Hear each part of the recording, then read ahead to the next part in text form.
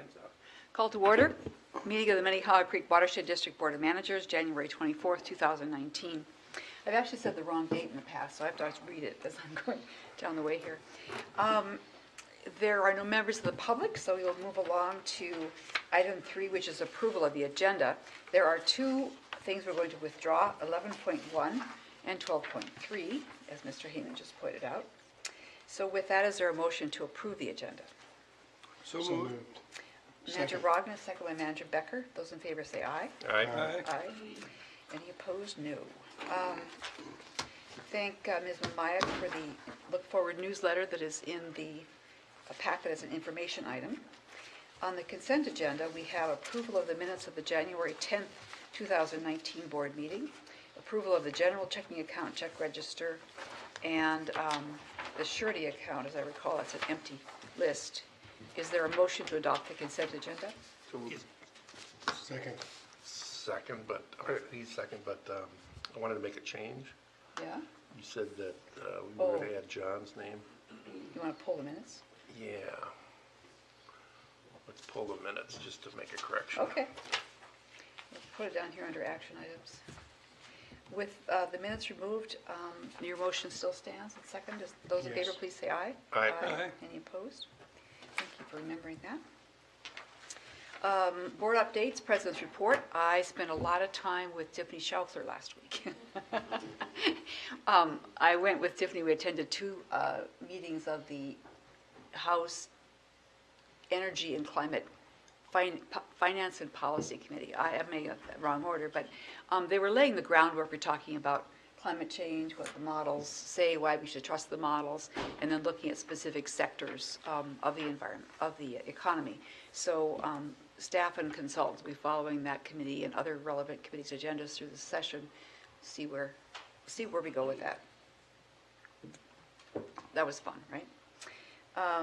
And Manager Miller has left, but the Policy and Planning Committee met earlier this evening, and there were two discussion items, the 2020 Strategic Communications Plan and the Responsive Program Development Plan, and then we got a demolition report on 325 Blake Road from Mr. Heyman. Those will be, of course, those reports will be refined and coming back to us with other iterations as we go forward. The upcoming meeting and event schedule is as printed in the agenda. To that, I would add a note that Metro Mod is meeting this following Tuesday at 7 o'clock at the Capital Region Watershed District's new offices in St. Paul.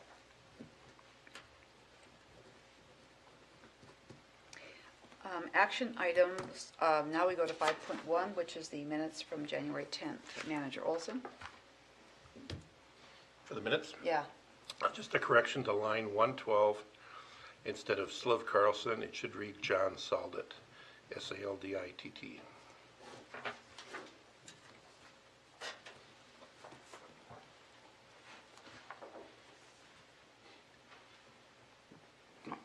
No, I crossed it off. Okay, with that change, do you want to move the minutes? I move approval. Is there a second? Second. Manager Rogner seconds. Those in favor say aye. Aye. Aye. Aye. Any opposed? Item 11.2, Resolution 1915, approval of the 2019 budget amendment. Ms. Christopher. Thank you, Madam Chair, managers. Tonight's staff's requesting that the board adopt a revised 2019 budget.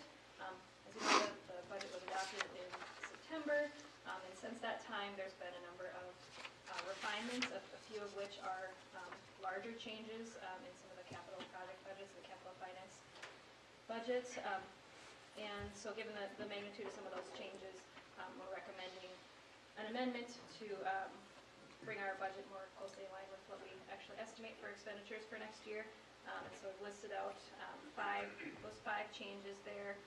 With the capital finance account, it's reducing based on the refinance of the cold storage property. With Wasserman West, it's reducing that project budget based on changes to the design and construction schedule, pushing some of that work out into 2020. Arden Park project, you're familiar with some of the changes there and kind of project scope and complexity that happened during design that resulted in increased budget there. And then with the program. As you know, the last couple of years, there's been kind of a phased reduction in the level of cost share funding for watercraft inspections, and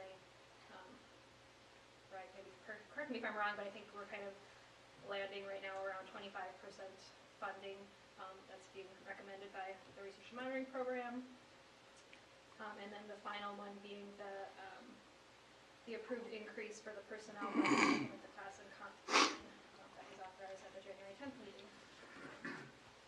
So net total, the results of those changes is a budget reduction of 1.123 million. And I apologize, I noticed the number in the last line here of the RBA is incorrect. There was kind of a late change that I didn't catch in that number, but the numbers in the resolution itself are all correct. So the revised budget would then be 13.9 million roughly, and recommending no change to the levy at this point, just bringing down the budget, which will essentially result in more carryover for the CIP going into 2020. Thank you. Is there a motion to adopt the resolution? So moved. Manager Shackleton, is there a second? Second. Manager Rognus. Any questions for Ms. Christopher? All those in favor, please say aye. Aye. Any opposed? Thank you.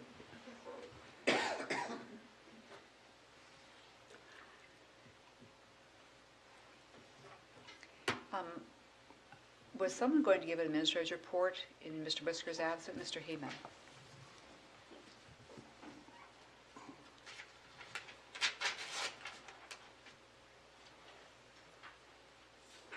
Good evening, Chair White. Managers, there were a couple of things to note. Louis, correct me if I get any of the declaration or the bond issue incorrect.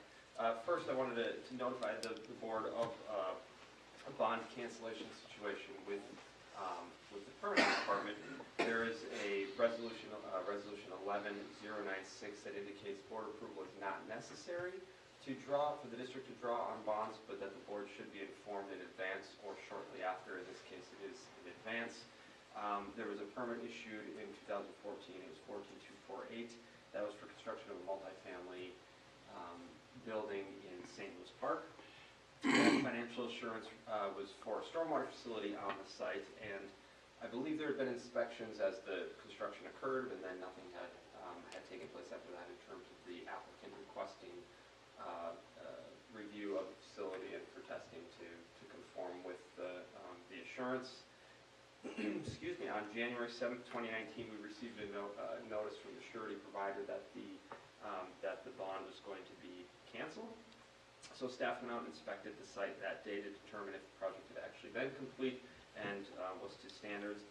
It's of course difficult in winter conditions, but they did determine the infiltration basin showed signs of not meeting the standard. The standard was being that it was an infiltration that had a drawdown of 48 hours, and within the basin itself there were cattails and frozen water. So they sent a correspondence to the insurance company suggesting that the bond be held or financial assurance be replaced. Financial assurance replaced the bond if the bond was to be canceled, and I believe subsequent emails or correspondence were to occur with the contractor, and that we have not heard anything back. And I believe legal counsel then assisted in reaching out at one point, and yet have not heard back from either party. So there's a need to likely draw on the bond prior to its cancellation, which is 30 days after notice. So by January 28th, I believe, is the date in which we would draw on the bond to ensure that we had the financial assurance, since they have not yet indicated they will replace it with the financial assurance in order to correct or remedy the issue. So that's where we're at. We wanted to notify the board that there's likely a draw on that bond related to it not conforming to the permit from 2014. Thank you. Madam Chair, Manager Shackleton. what's the address on that permit? The address is, I have it, is 6800 Cedar Lake Road, St. Louis Park.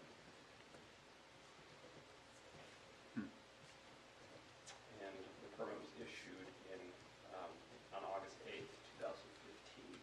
Permit number 14248. Thank you. And I should also note that staff did prepare a corresponding memo as well that we do have if the board would like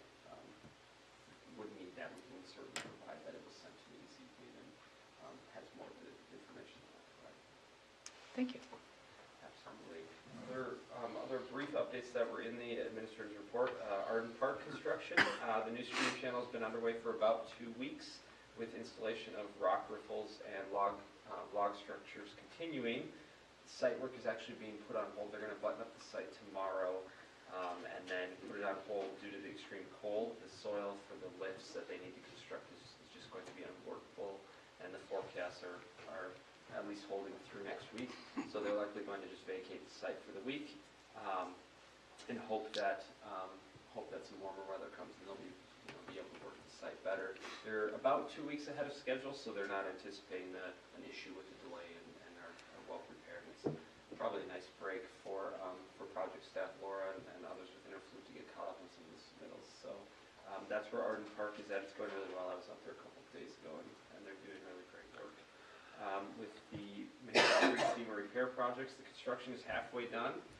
5 of the 10 projects are complete.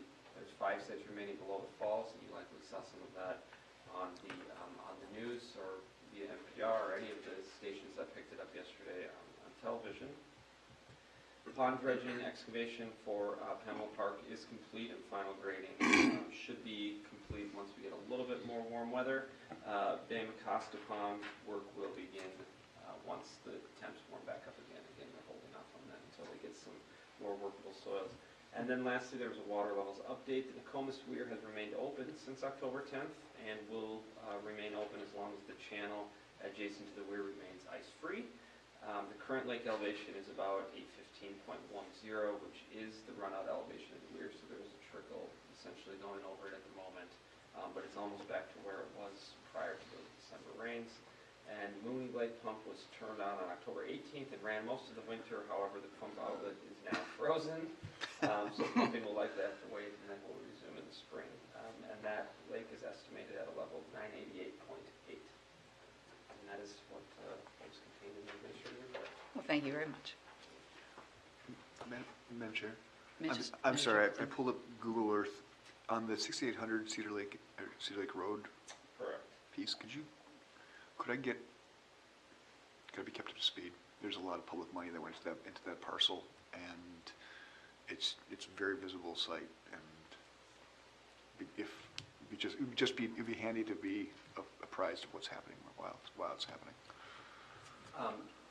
Yeah, Manager Shackleton, managers, we can certainly have, and I can have Tom Dietrich follow up with me prior to the meeting, and I know that memo is complete. We can certainly have him follow up with the board, and you in particular, tomorrow when he's in, I can That'd be awesome. have him Yeah. provide more information and give you a little bit more detail as to what exactly is going on with the stormwater facility.